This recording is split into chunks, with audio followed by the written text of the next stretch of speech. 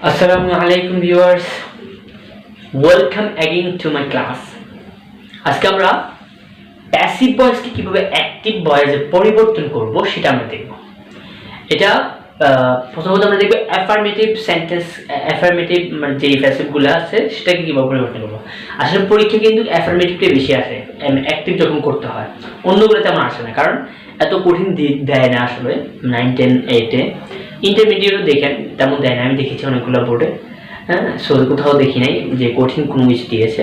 So এই স্ট্রাকচারটা পারলে আপনি কিন্তু অলরেডি এটা করতে পারবেন, বোর্ডে যতগুলো আছে সবগুলো সলভ করতে পারবেন। সো সবাই দেখবেন আর আমাদের সাথে থাকবেন, এই চ্যানেলটাকে সাবস্ক্রাইব করে আপনাদের সাথে থাকবেন।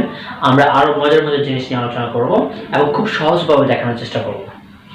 সো দেখি স্ট্রাকচারটা কি। প্রথমে কি দিব? সাবজেক্ট দিব, সাবজেক্টের পরে ভার্ব দিব। এই ভার্বটা টেন্স অনুযায়ী দিব, টেন্সের যেই টেন্স ওই টেন্সের ফর্ম অনুযায়ী ভার্বটা দিব। প্যাসিভ ভয়েসে কোন টেন্সে কি ইউজ করতে হবে? প্যাসিভ ভয়েসে যেমন যদি অ্যামিজে থাকে, প্যাসিভ ভয়েসে যদি সেন্টেন্সটাকে অ্যাক্টিভ ভয়েস করতে হয় সেটাতে অ্যামিজে থাকলে মনে করবেন যে সেটা প্রেজেন্ট ইনডিফিনিট। আর ফার্স্ট ইনডিফিনিট কি থাকবে? ওয়াজ ওয়্যার থাকবে। আর প্রেজেন্ট কন্টিনিউয়াস টেন্সে am is are plus being, past continuous টেন্সে was were plus being, present perfect টেন্সে have has plus been, past perfect টেন্সে হ্যাড প্লাস বিন। আর মডাল অক্সিলিয়ারি ভার্ব যদি থাকে, মডাল অক্সিলিয়ারি ভার্ব বি থাকে। সো আমরা দেখি এবার। সো এটা হচ্ছে টেন্স অনুযায়ী। সো আমাদের টেন্স না পারলে অবশ্যই টেন্সটা দেখবেন আপনি। আর আমরা টেন্স নিয়ে এবং স্পিকিং এর উপর 15টা ক্লাস দিব। এই 15টা ক্লাস কেউ যদি টেন্স এবং স্পিকিং এর উপর 15টা ক্লাস দেখে, সে যদি একেবারে ইংরেজি বলতে পারে না, একবারে জিরো লেভেল থেকে সে ইংরেজিতে খুবই স্ট্যান্ডার্ড একটা পর্যায়ে চলে যাবে। আর তাদের জন্য আমি একটা ইংলিশ প্র্যাকটিস করার জন্য তাদের জন্য আমি এই মুহূর্তে একটা গ্রুপ করেছি, যাতে তারা প্র্যাকটিস করতে পারে। So this is a very good platform for all of you. You don't miss this to join in our course. So let's start and subscribe the channel and press the bell button. Okay? So let's see. আমরা এখন একটা উদাহরণ দিব, উদাহরণটা দেখলে আপনি বুঝে যাবেন। যেমন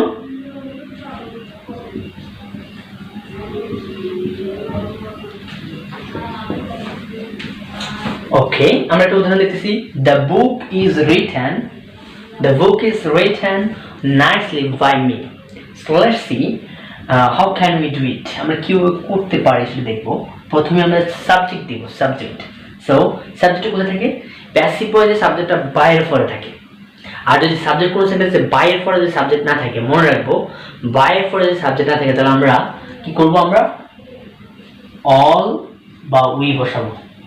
সো মূল কথা হচ্ছে কি, যদি কোনো সাবজেক্ট না থাকে তাহলে আমরা কি বসাবো? অল এবং উই বসাবো। আর সাবজেক্ট থাকলে কি করব? সাবজেক্ট কোন থাকে? বাইরের পরে থাকে, তাহলে সাবজেক্টে থাকে সাবজেক্টিভ ফর্ম নিয়ে আসতে হবে। সাবজেক্ট নিয়ে সাবজেক্টিভ ফর্ম হচ্ছে আই। আচ্ছা, একটা কথা বলে নেই, আমরা কিন্তু এটা অ্যাক্টিভ প্যাসিভ ভয়েস পুরো শিখে ফেলছি। প্যাসিভ ভয়েস কিভাবে চেঞ্জ করতে হয় সেখানে আমরা দেখাচ্ছি সাবজেক্টিভ ফর্ম, অবজেক্টিভ ফর্ম খুব ভালোভাবে বিস্তারিত করছি। ওইটা যদি কেউ পারে ভালো করে, ওইটা উল্টা, শুধু ওইটা যা আছে স্ট্রাকচার উল্টা করলে হয়ে যাবে।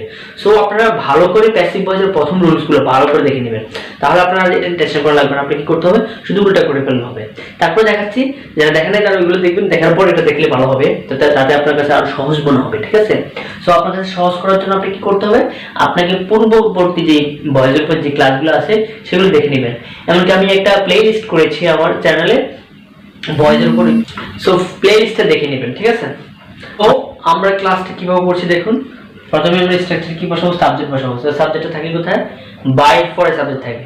আর সাবজেক্ট যদি বাইরের পরে সাবজেক্ট যদি না থাকে, মনে করবো আমরা সেখানে অল বসাবো বা উই বসাবো। এছাড়াও বিভিন্ন কিছু বসানো যায়। যদি বুঝি যে এই কথাটা কে বলতে পারে, যদি ডক্টর বলে ডক্টর বসাবো, যদি বলে প্যাশেন্ট বলতে পারে, এটা বলতে টিচার বলতে পারলে টিচার শব্দটা বসাতে পারবো। যদি না পারি যে কে বলতে পারে, তাহলে আমরা অল বা উই বসালে হয়ে যাবে। So don't worry about it, যে কোনো একটা বসালে হয়ে যাবে। তো আমরা দেখি এখানে আছে বাইরের পরে মি আছে, মি এর সাবজেক্টিভ ফর্ম কি? মি এর সাবজেক্টিভ ফর্ম আই, মি এর সাবজেক্টিভ ফর্ম আই, তাহলে আমরা নিয়ে আসলাম মি এর সাবজেক্টিভ ফর্ম। তারপর বসাবো ভার্ব, বসাবো ভার্ব। এখানে বসে আমরা ভার্ব কিভাবে আমরা চিনবো কি ভার্ব বসাবো? আমরা প্যাসিভ ভয়েসে এই প্যাসিভ ভয়েসে অক্সিলিয়ারি ভার্ব দেখেই বুঝতে পারবো যে এটা কোন টেন্সে আছে। ঠিক আছে?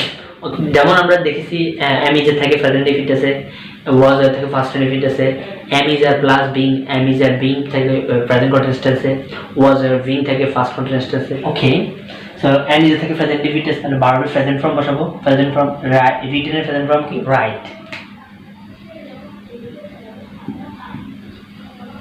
I write ওকে তারপর বসাবো কি বসাবো অবজেক্ট কোথা থেকে প্যাসিভ অবজেক্ট থেকে প্রথমে অবজেক্ট থাকে প্রথম অবজেক্ট নিয়ে আসতে হয় ওইটাকে আমরা এই সাবজেক্টের ভার্বের ফর বসাতে হবে তাহলে কি দেব দ্য বুক ওকে তারপরে আমরা আসি দ্য বুক এক্সট্রা বাকি কি আছে আমরা এটা লিখেছি আর বাকি আছে নাইসলি লিখবো তাহলে আমরা দেখি খেয়াল করেন আমরা কিভাবে করছি এই যে দেখেন এখানে আছে am is a plus being মানে is being তাহলে এটা কোন টেন্স প্রেজেন্ট ইনডিফিনিট টেন্স এই present continuous tense am is a plus being আছে present continuous tense am is a plus being আছে তাহলে এই প্রেজেন্ট কন্টিনিউয়াস টেন্স যদি am is a plus being আছে তাহলে প্রেজেন্ট কন্টিনিউয়াস টেন্স কি করব তাহলে আমরা প্রথমে বলবো সাবজেক্ট কি সাবজেক্ট হচ্ছে বাই এর পরে থাকে অথরিটি দ্য অথরিটি এটা হচ্ছে সাবজেক্টটাকে নিয়ে আসলাম তারপর কি বসাবো ভার্বটা হচ্ছে টেন্স অনুযায়ী বসাবো ঠিক আছে না সো এখানে কোন টেন্স সেটা হচ্ছে কি am is a plus being কোন টেন্সে থাকে প্রেজেন্ট কন্টিনিউয়াস টেন্সে থাকে এই যে am is a plus being তাহলে প্রেজেন্ট কন্টিনিউয়াস টেন্স স্ট্রাকচার কি am is a plus ভার্বের সাথে ing am is a plus ভার্বের সাথে ing তাহলে am is a বসাবো অথরিটির সাথে কি বসবে বসবে is তারপর ভার্বের সাথে ing ভার্ব কি build এর প্রেজেন্ট ফর্ম কি ভার্ব ওয়ানের সাথে ing তাহলে build build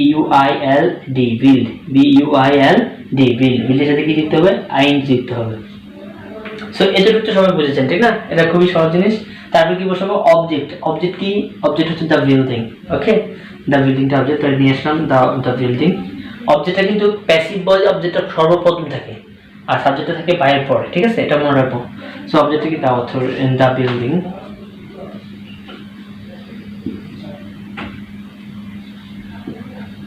the building আর কি আছে এক্সট্রা কি বসবে এক্সট্রা হচ্ছে বাকি যা আছে মানে এখানে বাকি কি আছে সবকিছু তো হচ্ছে শুধু এখানে ব্যাডলি বাকি আছে ব্যাডলিটা বসা দিই সো এটা অনেক সহজ না এই জিনিসটা সহজ সো আমরা এখন দেখবো কিভাবে ইন্টারগ্রেটিভ সেন্টেন্সটাকে কিভাবে আমরা অ্যাক্টিভ করব আসলে আমরা আবার বলছি যে আমরা ইন্টারগ্রেটিভ সেন্টেন্সকে প্যাসিভ করার যে স্ট্রাকচারগুলো আছে সেগুলো একটু দেখবেন সেই ভিডিওটা দেখবেন দেখলে একবার সহজ হয়ে যাবে উল্টা হবে যা পড়েছে এখানে তার উল্টা হবে ঠিক আছে সো আমরা একটু দেখি এখানে কি হচ্ছে এখানে আমরা প্রথমে যদি অক্সিলারি ভার্ব দিয়ে শুরু হয় তাহলে সেটা কি করব অক্সিলারি ভার্বটা প্রথম দিব তারপর সাবজেক্ট দিব তারপর ভার্ব দিব টেন্স অনুযায়ী আর অবজেক্ট দিব তারপর এক্সট্রা দিব ঠিক আছে ওকে সো আমরা দেখি এটা কি is the work finished on time by me is the work finished on time by me okay so দেখি কি হচ্ছে এটা কিভাবে করব আমরা কোন টেন্স এটা ইজ আছে শুধু ইজ আছে বিং টিং নাই তাহলে প্রেজেন্ট ইনডিফিনিট টেন্স তাহলে প্রেজেন্ট ইনডিফিনিট টেন্সে কি আসবে আমরা অক্সিলারি ভার্ব ডু ডাজ আনবো ডু ডাজ আনবো আসলে দেখুন ডু আমরা ডাজ আনবো আমরা দেখি আগে আমরা সাবজেক্ট নিয়ে করি সাবজেক্টে কি আছে বাই এর পরে থাকে subject me subject from I subject from কি আই ওকে আই নিয়ে আসলাম ওকে তারপরে কি করব তারপর হচ্ছে কি তারপর আই দিলাম এরপরে কি দিব আমরা ভার্ব দিব ভার্বের টেন্স অনুযায়ী দিব তো প্রেজেন্ট ইনডিফিনিট টেন্সের ভার্ব প্রেজেন্ট ফর্ম হয় ঠিক আছে তাহলে ফিনিশের প্রেজেন্ট ফর্ম কি ফিনিশ তারপর কি দিব অবজেক্ট দিব অবজেক্ট কি দ্য ওয়ার্ক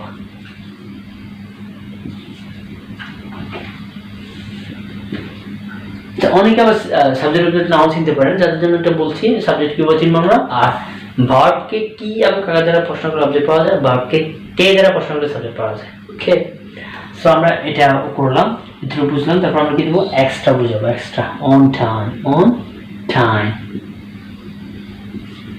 ওকে সো ওটা থেকে ডব্লিউএস ওয়ার্ডটা কি করব ডব্লিউএস ওয়ার্ডটা শুধু আমরা এই মানে ডব্লিউএস ওয়ার্ডটা বলা দিব আগে WS word plus auxiliary verb plus subject plus verb tense অনুযায়ী হবে সেটা হয়ে যাবে সো আমরা এটা করে দেখাচ্ছি একটা হ্যাঁ যেমন তাহলে প্রথমে কি দিব ডব্লিউএস ওয়ার্ড দিব ডব্লিউএস ওয়ার্ড যেটা আছে এটা দিব আচ্ছা ডব্লিউএস ওয়ার্ড কিন্তু চেঞ্জ হয় যদি আমরা প্যাসিভ করার সময় মনে আছে কিনা করেছি কি আমরা হু থাকলে বাই হুম বসাবো আর হুম থাকলে হু বসাবো ঠিক এখানে বাই হুম থাকলে হু বসাবো